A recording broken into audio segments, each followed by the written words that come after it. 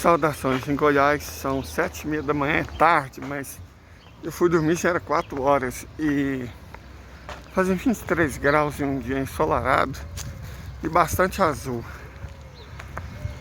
Bom, é desnecessário falar o que aconteceu nessas últimas horas, não vou nem falar últimos dias.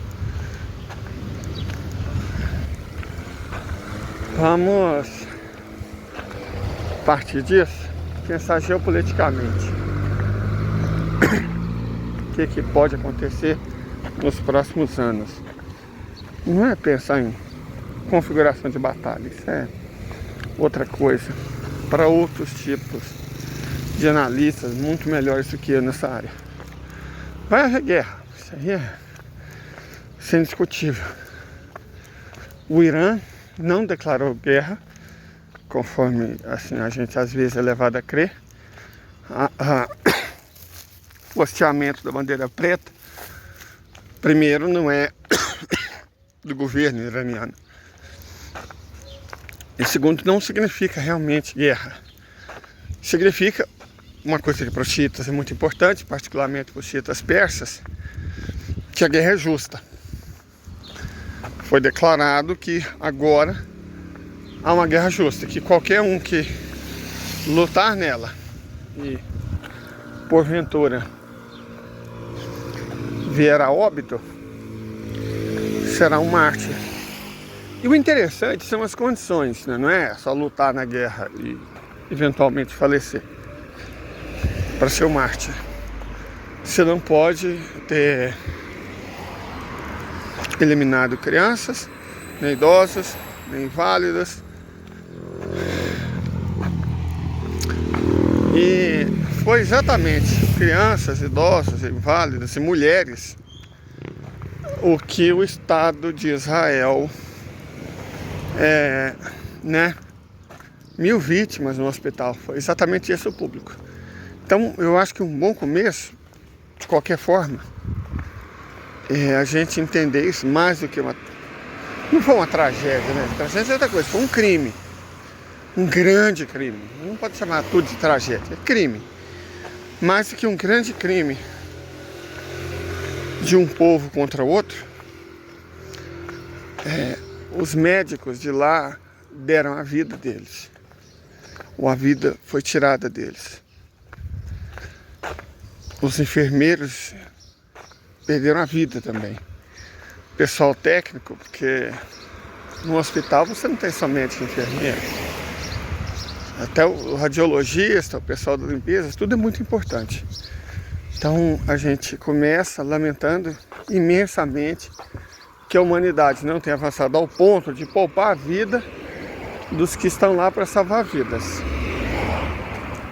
Sabe, nós vimos cenas horrorosas, não vamos colocar aqui, não fazemos esse tipo de coisa, de médicos que de repente viram os corpos dos próprios pais, dos próprios irmãos, dos próprios filhos, de enfermeiros, de motoristas que passaram por isso.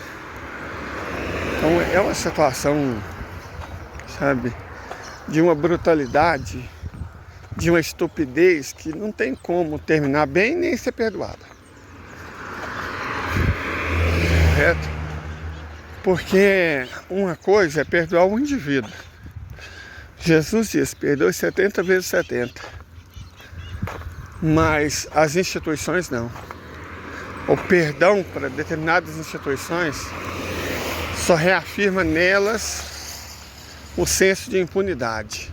Que eles podem fazer o que quiser, que vai dar tudo certo, né? Ninguém vai fazer nada. Na verdade, parte importantíssima desse problema é causado pela ONU. Não só por ter criado o Estado de Israel a partir de terras que não lhes pertenciam, mas como porque desde a Nakba, 75 anos atrás, nunca fez efetivamente nada para deter os israelenses no caminho que eles estão perseguindo até hoje. Então a ONU é responsável direta por isso. Ela não é parte da solução. Nenhuma solução vai vir da ONU, gente. Podemos começar a nossa análise aí. Nenhuma solução virá da ONU. A ONU é parte do problema. A ONU é causadora do problema. A ONU protege efetivamente um dos lados. Então a ONU, nada, né? Sabe, Conselho de Segurança, resolução do Brasil, resolução da Rússia, resolução dos Estados Unidos, esqueçam isso. O direito internacional, que direito internacional? Sabe, que direito internacional? Isso é uma farsa. Farsa mesmo, no sentido daquelas peças medievais. Sabe, é uma farsa, isso é uma farsa. Não existe direito internacional. Como assim direito internacional? Perfeito? Não existe isso, não. Não existe. A gente tem que parar de se iludir.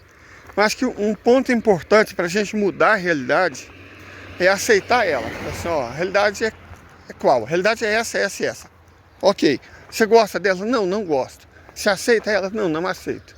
Então muda. Então transforma. Então luta. Perfeito? Eu acho que a questão é exatamente essa. Perfeito? Sem essa de, ah, meu Deus, por favor. Vamos começar aceitando a realidade como ela é. Vamos começar tendo a hombridade, a dignidade de ver a realidade como ela se apresenta. E a realidade é exatamente essa. Certo? A realidade é exatamente essa. Não existe direito internacional. Se depender da ONU, Israel nunca será punido e vai fazer tudo o que quiser. E com a cumplicidade de uma série de governos do Ocidente, que é os mesmos que dirigem a política imperialista e colonialista que resultaram exatamente no Estado de Israel, ela vai conseguir fazer o que quer, que é extirpar um povo indígena de uma porção de terra do mundo. Porque é disso que se trata. Os palestinos são o povo indígena daquela região, que vive naquela região há milhares de anos. Ah, mas os judeus, por favor, sério, eles foram expulsos lá no ano 70. Ficaram fora de lá o quê? 1800 anos?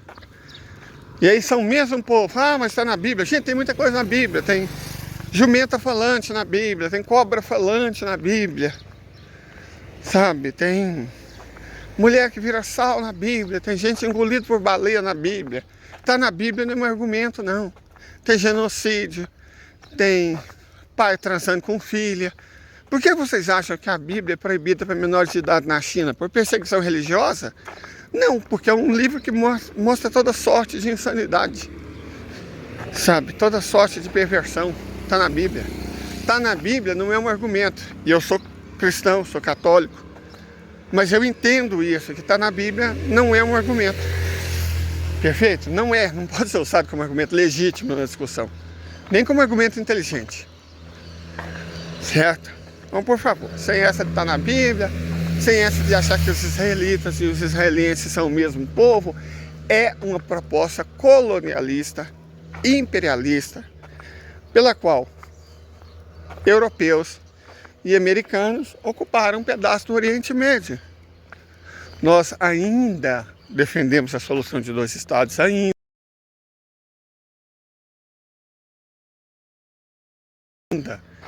Porque se não for possível haver paz, que acha somente um estado, o estado indígena.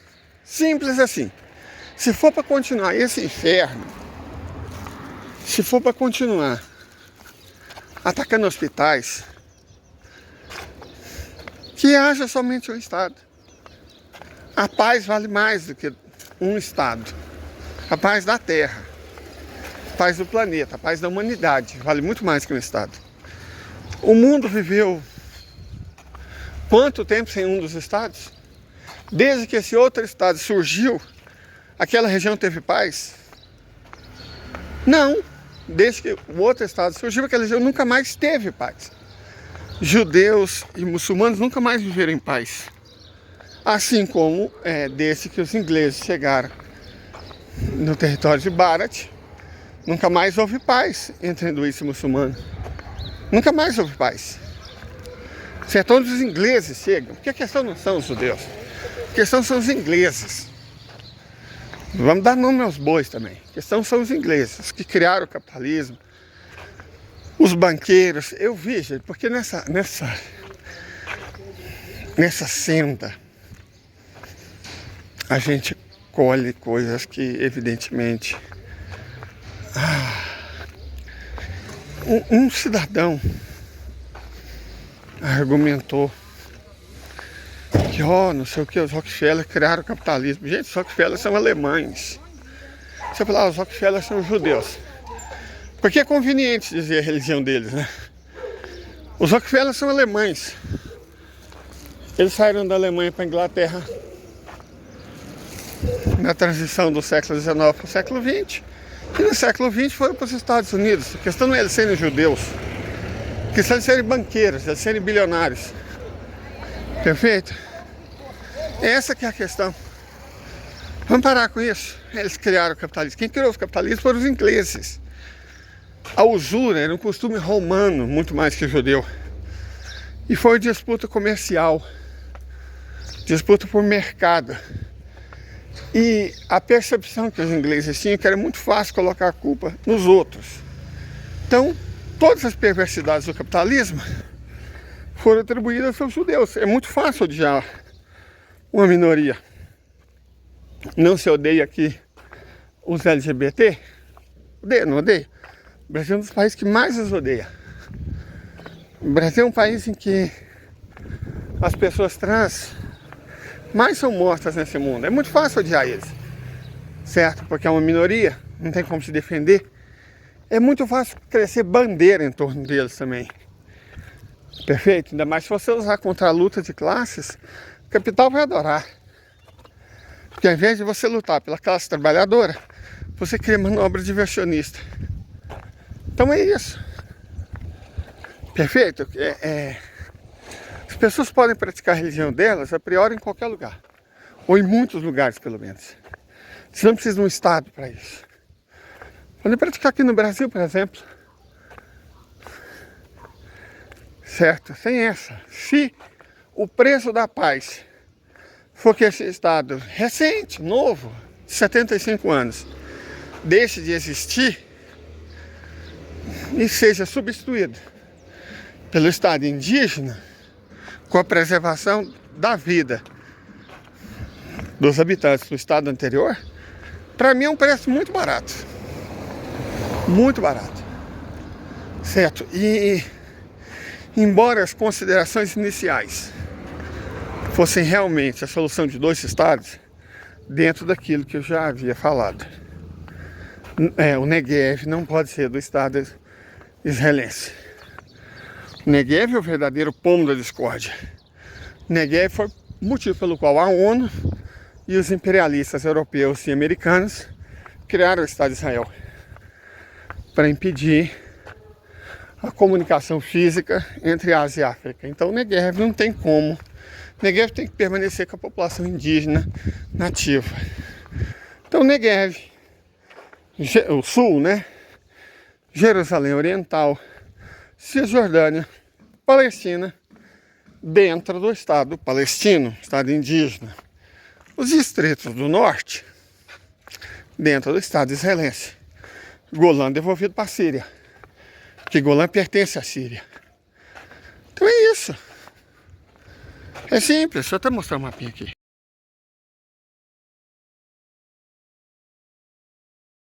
Viram tanto que é simples? É simples. É simples. É muito simples. É uma questão de justiça. Geopoliticamente, só do Negev voltar para o estado indígena, pertencer ao estado indígena, você cria amplas condições para o estado indígena se desenvolver. A cidade de Amman está muito bem localizada para ser um hub ferroviário. Ferrovias vindo da Anatólia, antes de lá da Europa, na Europa, Anatólia, da Rússia pelo Cáucaso, da Ásia Central, China, né, pelo Irã, desde a Índia, na verdade, desde o Vietnã. As ferrovias quase todas, pela geografia própria do terreno, iriam se encontrar em Amman, na Jordânia. Amman, a Jordânia, finalmente, teria um motivo para ser próspera. De Amman, na Jordânia, essas ferrovias atravessariam o Negev, que é o que tem que fazer, né? Não faz agora pela presença do Estado de Israel. Atravessaria o Negev e atravessado o Negev, chega no Egito. Aí ou segue pelo litoral do Mediterrâneo até Alexandria, de Alexandria você vai até Marrakech. E se você quiser continuar contornando, você faz uma outra ferrovia, né? Marrakech e Casablanca, até Nouakchott, Dakar. Aí chegou em Dakar e vira festa. Você contorna o Saara, chega em Lagos, em Abidjan, Conakry, chega em toda aquela região, certo? Toda aquela região. Até África Central, Yaoundé, até Kinshasa. Mas de Kinshasa você pode chegar também via África Central, certo? Partindo de Uganda. Em Uganda, você tanto vai direto de... Como é que chama a capital de Uganda? Kigali? Não, Kigali é de Ruanda. Kampala. De Kampala até a capital do Sudão, né? Capital do Sudão, que se chama Khartoum até o Cairo. Mas de Khartoum você também pode ir para a Etiópia, certo? Addis Abeba. De Addis Abeba você pode seguir para Nairobi, você pode seguir para Dar es Salaam, você pode seguir para Maputo, você pode seguir para Johannesburgo. Então você pode dar a volta na África inteira. Você pode andar a África inteira, se você conseguir atravessar o Negev. Perfeito? Basta atravessar o Negev. E você conecta a África com a Ásia, os vastos recursos naturais no continente africano, com as vastas necessidades industriais do continente asiático. Todos saem ganhando, todos saem ganhando. O colonialismo, o imperialismo europeu, só fazia ferrovias ligando o interior até o litoral, para exportar riqueza bruta. Mas não é assim que os chineses trabalham. Ah, gente, para quem nunca viu, olha para Nobres, esse aqui, ó. Vou até levar as folhinhas para dona mãe fazer. Ora para Nobres é isso aqui. Essa é da variedade espinhenta. Tem variedade com menos espinho. Aqui. Ora para Nobres.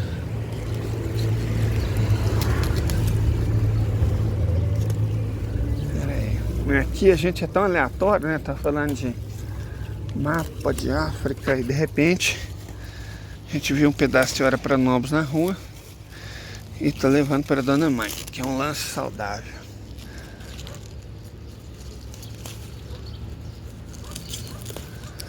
Vocês entendem que os brotos vão crescer novamente, né?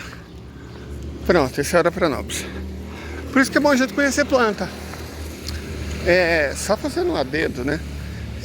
De vez em quando eu me pego, falo, Leida, você sabe umas habilidades tão paleolíticas que não servem pra nada no mundo de hoje? Tipo, purificar água, fazer fogo, fazer jacá, fazer não sei o quê. Aí, ó, plantinha é uma habilidade. Vai virar uma salada hoje. Tem que saber das coisas. Deixa eu contar pra vocês uma história terrível. Na Espanha, um rapaz, coitado, acabou perdendo a vida porque não sabia agir sem celular. Ele foi pegar um trem de ferro, né, uma ferrovia, para ir para casa. Aí aconteceu, perdeu o bilhete, não sei o que aconteceu, o celular acabou a bateria. O fato é que ele foi tentar ir em cima do ônibus, só que o ônibus era elétrico, então evidentemente ele foi eletrocutado, né? Deixa eu achar a história, eu coloco ela aqui para vocês verem o tanto que as pessoas de hoje, essa geração nova tá difícil.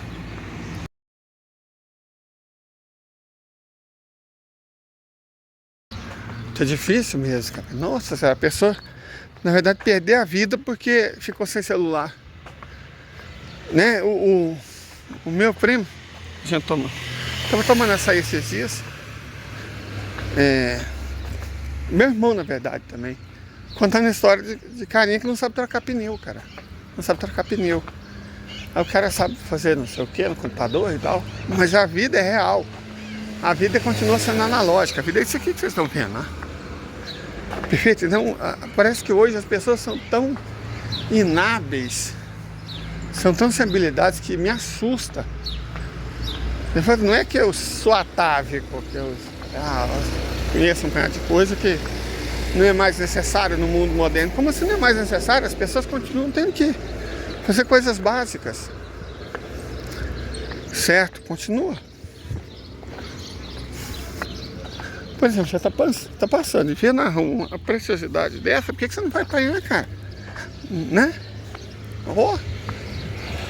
Uma verdurinha saudável, nutritiva. Na verdade, lembrando que eu não comi nada, essas são aqui tanto da vovó. Deixa eu pegar alguma coisa aqui, porque tá difícil. Tô com fome e tenho diabetes. Já pedimos nosso biscoitinho. Estamos esperando chegar o pingado. Às vezes a agitação é fome. Minha garganta estava seca e eu estava começando a sentir a hipoglicemia. Mas nada que um bolinho e um leite com café, um pingado, não resolve. Mas voltando ao assunto. Israel, Benjamin Netanyahu, né? Fez um vídeo hoje de madrugada, agorinha, sobre o assunto. Benjamin Netanyahu precisa de uma guerra de grande escala para contar com o apoio dos Estados Unidos. Deixa eu falar uma coisa desse apoio dos Estados Unidos. Parece que estão mandando 2 flotilhas, né? Porta-avião e tal, cruzador, destroyer. 15 mil soldados. Como é que eles chamam de elite? Pessoal, deixa eu falar uma coisa para vocês. 15 mil soldados. Sério, que os Estados Unidos estão querendo intervir numa guerra do Oriente Médio e acha que vai fazer alguma diferença. 15 mil soldados. No instante, que seja esses 15 mil, seja os 300 mil, que Israel, não sei com que munição, colocar eles em combate nas ruas, olha, com todo respeito, eles vão ser convertidos em não vivos em questão de horas. Porque você tem 2 caminhos, na verdade, né? Os russos lutaram como homens. Você tinha um inimigo que estava em Mariupol, uma cidade de 500 mil de habitantes, e lutaram, como eu disse, como homens, quarteirão a quarteirão, prédio por prédio, cômodo por cômodo, por 4 longos e terríveis meses. Os russos, principalmente os tchetchenos, na verdade, lutaram nessas condições horríveis, em Mariupol e na fábrica da Azovstal. A perda de vidas humanas foi alguma coisa entre 25 mil e 40 mil. E os americanos vão lutar num lugar ainda pior, com 15 mil que tem nas 2 flotilhas, né? Porque tem que ficar marinheiro para cuidar dos navios. Então, na prática vai ser o quê? 10 mil homens. Eles acham que 10 mil homens supostos, oh meu Deus, como somos de elite. Elite para lutar contra afegão, pastor de cabra, plantador de arroz. Aí são elite, né? É fácil, atira ao alvo. Agora entra numa luta urbana, homem a homem. Quantos dias vocês acham que esses 10 mil coitados iriam durar? Você acha que 10 mil... gente, por favor. Os Estados Unidos usam isso como supostamente intimidar. Fala sério. De verdade, fala sério. Vocês acham que vão intimidar o Oriente Médio, os 2 bilhões de muçulmanos, as centenas de milhões de árabes, turcos, persas, com 10 mil, coitado, para lutar no homem a homem, coisa que eles nunca foram, nem serão. Por favor, gente, sério isso, né? Vamos falar sério. Então, o conceito americano de intimidação parece que é esse. Ó, 2.000 soldados foram convocados. 2.000 soldados. A hora que eles colocar o pé. Se colocar, né? Vamos supor que flotila desse não seja fundada. Se colocar. Se eles colocar o pé lá, eles vão conhecer a chamada realidade de campo. Então, essa manobra supostamente intimidatória, com certeza está cheia de árabe rindo disso, dessa palhaçada. Bom, eu também comprei a tradicional linguiça mista goiana com pimenta, nham, nham, nham. E, claro, folha, né? Adoro folha, tô precisando comer. Minha mãe também gosta. Comprei mostarda e almeirão. Amargo é vida. O que mais eu comprei? Minha mãe pediu. Ah, sim, achei um pouquinho de vagem pra gente fazer com carne moída. Também tô levando carne moída pra ela. Sei que ela gosta. Meus irmãos gostam, minha sobrinha gosta. Eu também gosto, então vai dar tudo certo. Vamos ter um bom almoço. Mas enfim, voltando ao assunto. Israel, contando ou não com o apoio das forças ridículas que os Estados Unidos falaram que vão mandar, não tem a mínima chance, não tem a mínima chance. É uma coisa que eu vinha dizendo há muito tempo, e não sou eu, né, gente, qualquer pessoa sensata. Não tem negociação. Se desse para resolver por negociação, já teria sido resolvido faz 75 anos. Um dos lados simplesmente, quando negocia, assassina quem negociou e descumpre o que foi negociado. Então não tem negociação nesses termos, gente. Sério, não tem negociação. É só ser realista. Não tem negociação. Ai, a ONU criou o problema e vem passando pano para ele há 75 anos. A ONU faz parte do problema. A ONU nunca será uma solução do problema. Então, o direito internacional, já falamos, é uma farsa. Então, sem essa, por mais que seja horrível, a gente tem que lembrar de Soloviev. A guerra, às vezes, ela é o bem menor. Infelizmente. Eu sei que é lindo adotar essa postura de burguês anarquista, né? Que, oh meu Deus, queremos a paz, não sei o quê. Somos contra toda forma de guerra é ruim, toda forma de guerra é malvada. Aí você tem aquele esquema, né? De pós-adolescente que não cresceu. Oh meu Deus, que terrível a guerra. Mas, eventualmente, não existe outra forma de solucionar. Não existe para buscar solução. Você não vai deixar aquela população sofrendo mais 75 anos até ser extinta, e eu duvido que ela resista mais 75 anos, até a população indígena, nativa, né, daquela região da Palestina ser extinta, porque estou buscando a paz, vamos negociar com quem nunca respeitou nada negociado, né, com o apoio de uma entidade que criou o problema, que passa pano para o problema há 3/4 de século. Né, vamos negociar, vai negociar, vai buscar a paz. Vamos brincar de dar Nobel, certo? Para achar que isso vai resolver alguma coisa. Não vai, infelizmente, vai ter que ser resolvido no campo de batalha. Inclusive foi o que a entidade fez em muitas ocasiões. Já fez isso em 48. Eu vejo as atrocidades cometidas agora. Isso é terrível? Não, gente, terrível. Procure estudar o que aconteceu na Nakba. E vocês vão ver o que é terrível. Perto do que aconteceu na Nakba, o que está acontecendo agora é coceirinha. Perfeito? É coceirinha. Perto do que aconteceu na Nakba. E aí depois teve 56, né? 56 foi a Guerra de Suez, 67 a de 6 dias, 73 Yom Kippur, 82 Sabra e Shatila. Meu Deus do céu, o que foi aquilo? Né? Aí teve a primeira intifada, fim dos anos 90, a segunda intifada, começo dos anos 2000. E aí finalmente eles começaram a perder. A primeira grande derrota deles em 2006, a expulsão do exército israelense do sul do Líbano. É o mesmo Hezbollah de 17 anos atrás, só que agora muito mais bem armado, mais numeroso, mais experiente em batalha. E batalha de verdade. Não é massacrar adolescente, criança, destruir hospital, não. Eles enfrentaram o ISIS, o Estado Islâmico, no homem a homem, no tete a tete, no cara a cara. Aqueles sim são experientes em batalha. Aqueles sim. Agora não os famosos, como é que é os americanos? 15 mil soldados de elite. Elite. Elite, como é que eles são elite por quê? Eles lutaram qual guerra? Enfrentaram qual exército? Elite porque eles têm equipamento assim bonitinho, novinho, porque eles têm arma lustrosa. Ai, ai. Deixa eu explicar para vocês. Treino é treino, jogo é jogo. Você pode ser achar tanto bom que você acha que é.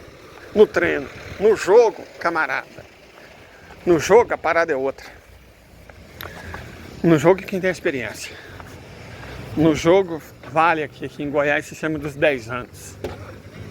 Poeira acumulada no lombo. Isso é que faz diferença. Então, seja lá os 15 mil soldados de elite que estão junto com as duas flotilhas de porta-avião. Já expliquei para vocês que porta-avião não resolve absolutamente nada numa guerra urbana, numa guerrilha urbana. Não resolve absolutamente nada, nada. É, para espantar o Irã. O Irã tem míssil hipersônico. O Irã não vai ser espantado por banheiro flutuante, não, gente. Sério, para com isso. O Irã controla o Estreito de Hormuz. Nós estamos nos esquecendo disso.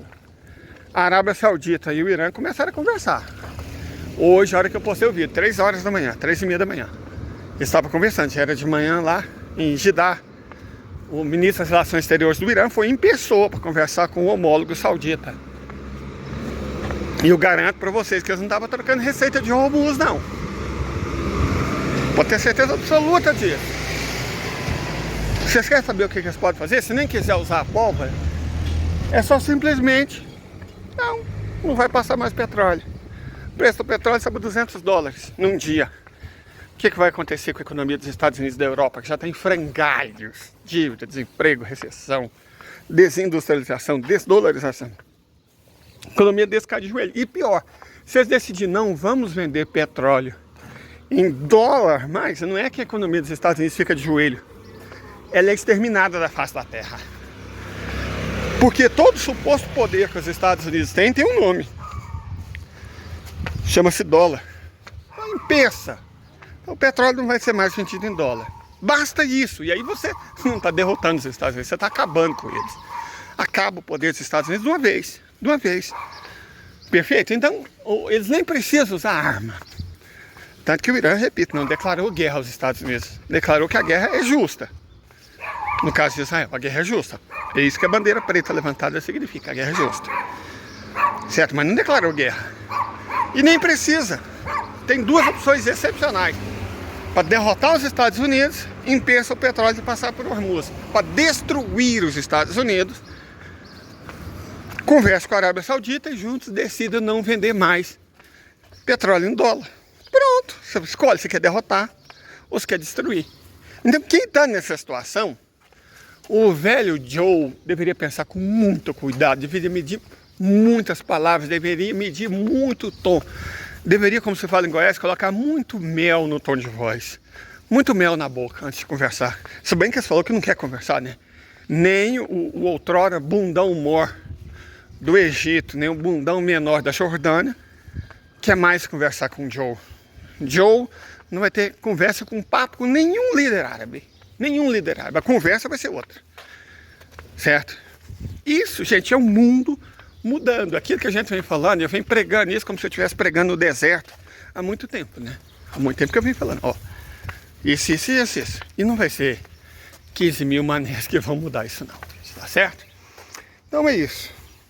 O mundo, finalmente, está começando a se livrar do antigo problema. Antes tarde do que nunca. E agora eu vou para casa da dona mãe. Muito bom dia. Temos força, o dia hoje vai ser tenso. Tomar aquele chazinho, aquela camomila básica, ficar tranquilo. E vamos ver no que acontece. Até mais.